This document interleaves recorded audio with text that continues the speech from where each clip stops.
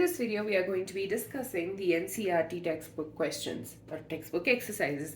I know we're still not done with the whole chapter or the explanation of the whole chapter. I just thought this would be a good break from the whole theoretical part of it to actually solve some questions that way. And most of this all of these questions which I will be discussing relates to the parts that have already been completed.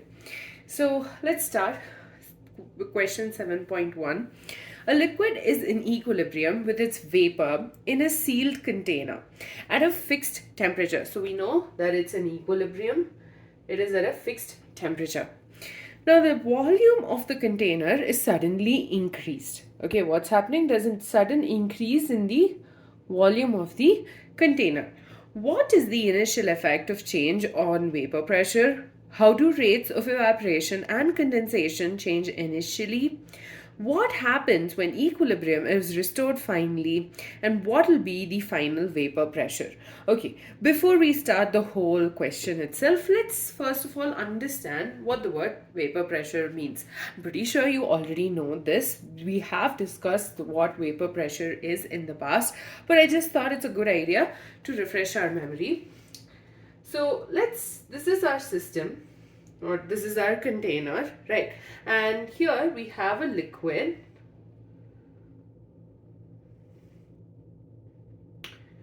So we have a liquid and the vapor of the liquid is going to be in this space. So in equilibrium, what happens is the rate of evaporation and the rate of condensation is going to be constant. Okay, so the number of molecules that undergo evaporation is equal to the number of molecules that undergo condensation.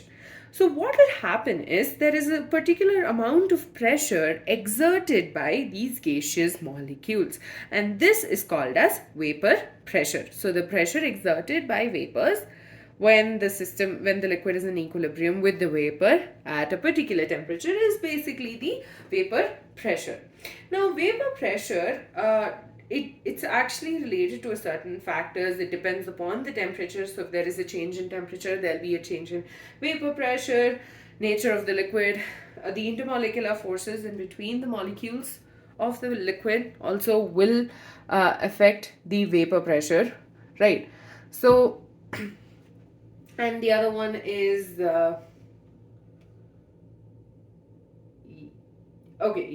and it does not, basically the volume of the liquid does not really affect how much the vapor pressure of that particular substance is. So the first question, so we have, first of all, we have this system, we have this liquid and then it's in equilibrium with the vapor. What's suddenly happening is there is an increase in volume of the container. So basically the volume of the container went from this to, let's say, this. Now question is, what is the initial effect of change on vapor pressure? So what happens to the vapor pressure the moment you increase the volume? So when the volume of the container is increased, so from here to here, the vapor pressure will initially decrease. Does that make sense? This is because here it will have a certain number of vapor molecules, right? So we're suddenly increasing it. So the same amount will be occupying a larger space. Because of that, there is a sudden decrease in vapor pressure.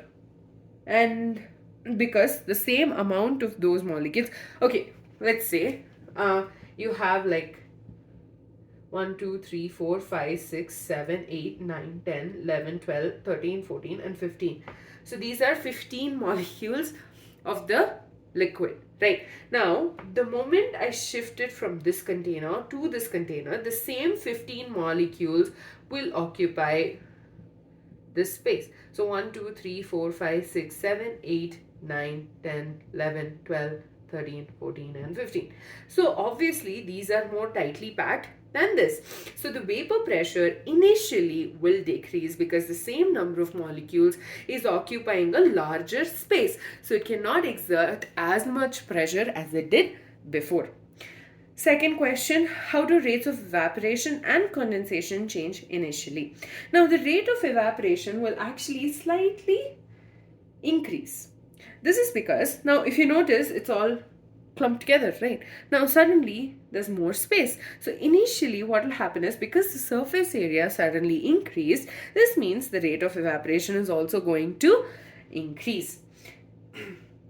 Not just that, because now another issue is that the condensation process is going to decrease a little bit initially, because the number of molecules, are less in the vapor, right? There was an increase in the volume, so the number of vapor molecules are less.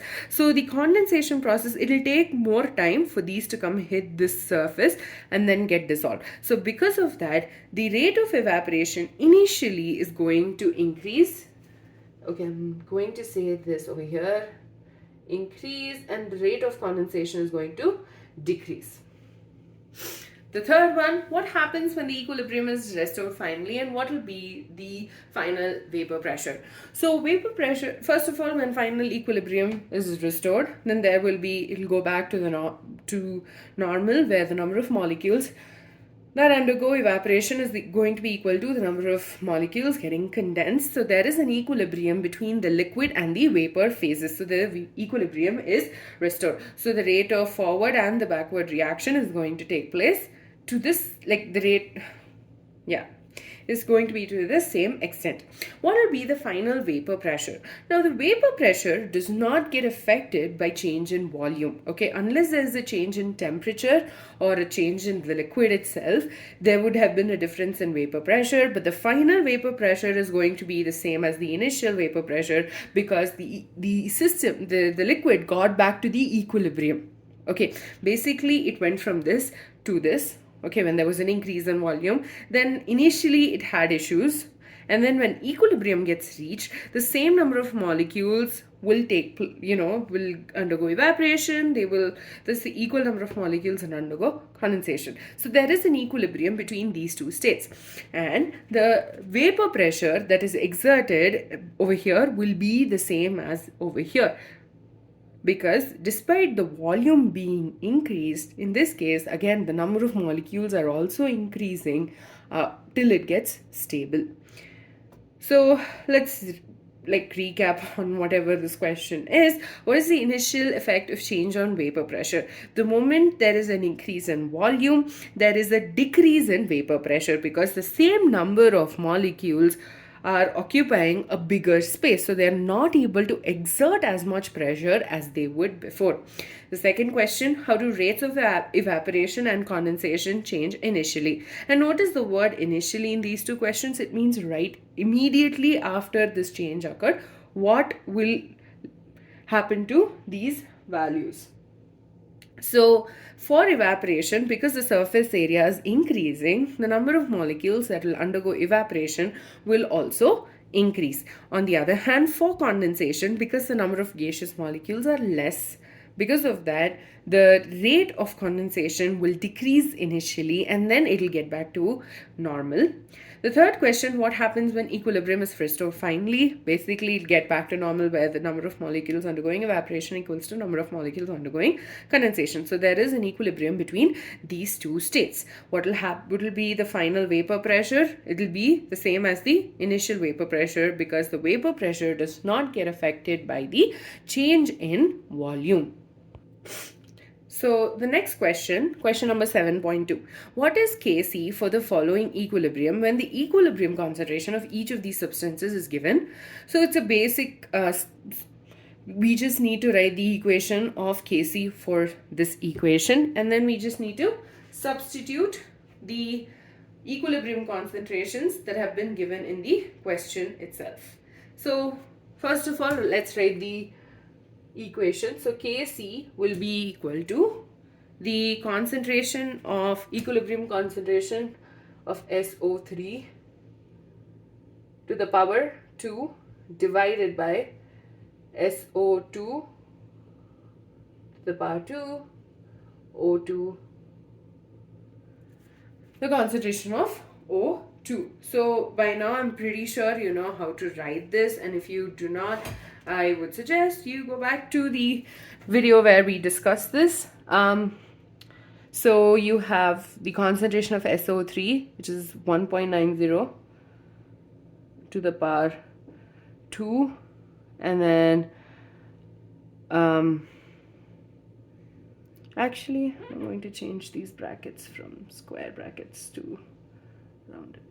Okay, so 0.60 square and 0.82, and this when simplified will give us a value 12.229.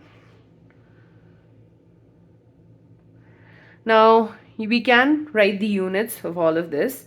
So you have, for the numerator it's m square, right? For the denominator it's m square into m, because these two will get cancelled.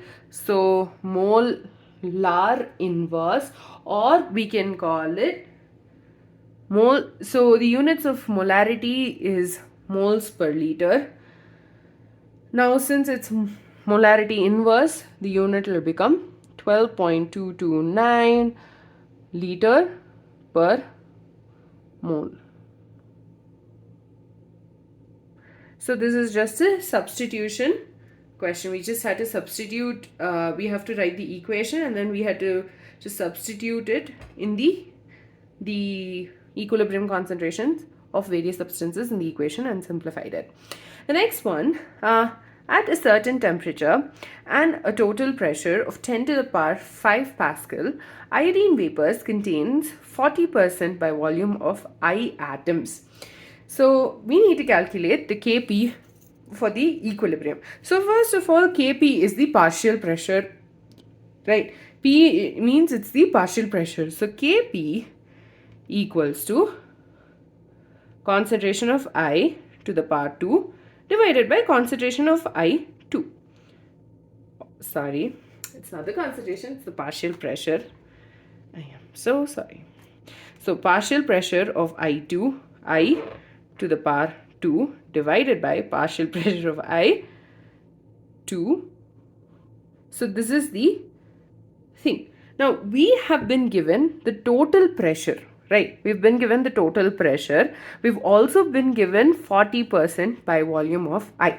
So from there we can easily calculate the partial pressure of iodine, I and I2.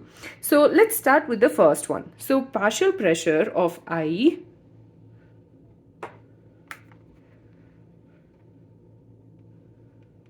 will be equal to, what is the total pressure, or 40%, as in 40 divided by 100 into 10 to the power 5 Pascal, because 10 to the power 5 is the total pressure. Now when we simplify this, we get 0.4 into 10 to the power 5 Pascal. So this is the partial pressure of I. Now partial pressure of I2 can easily be given as 60%, right? So if it's 40% by volume of I atoms, then it will be 60% of the volume. So Pi2 will be equal to 60 divided by 100 into 10 to the power 5 Pascal. Right, 60 by 100 into 10 to the power 5 Pascal. Now this is equal to 0.6 into 10 to the power 5 Pascal. Okay, so basically we are just calculating the partial pressure of I and I2. Now all you have to do is we have to substitute these values in this equation. So Kp will be equal to 0.4 into 10 to the power 5 Pascal whole square divided by 0.6 into 10 to the power 5 Pascal. Now so let me get the unit outside for this so I can cancel it. So 2 and Pascal get cancelled. So the unit that we're going to be left with is Pascal, and 10 to the power 5. 10 to the power 5 gets cancelled. So basically, oh, sorry, 10 to the power 10. So 10 to the power 5 does not get cancelled. So basically, when we simplify this equation, we get 2.67 into 10 to the power 4 Pascal. So basically, we just substituted, we actually calculated the partial pressure of I and I2, and then we had to substitute it in the equation for Kp. With that, we're done with the first video. In the next video, we will be continuing with the NCERT textbook exercises.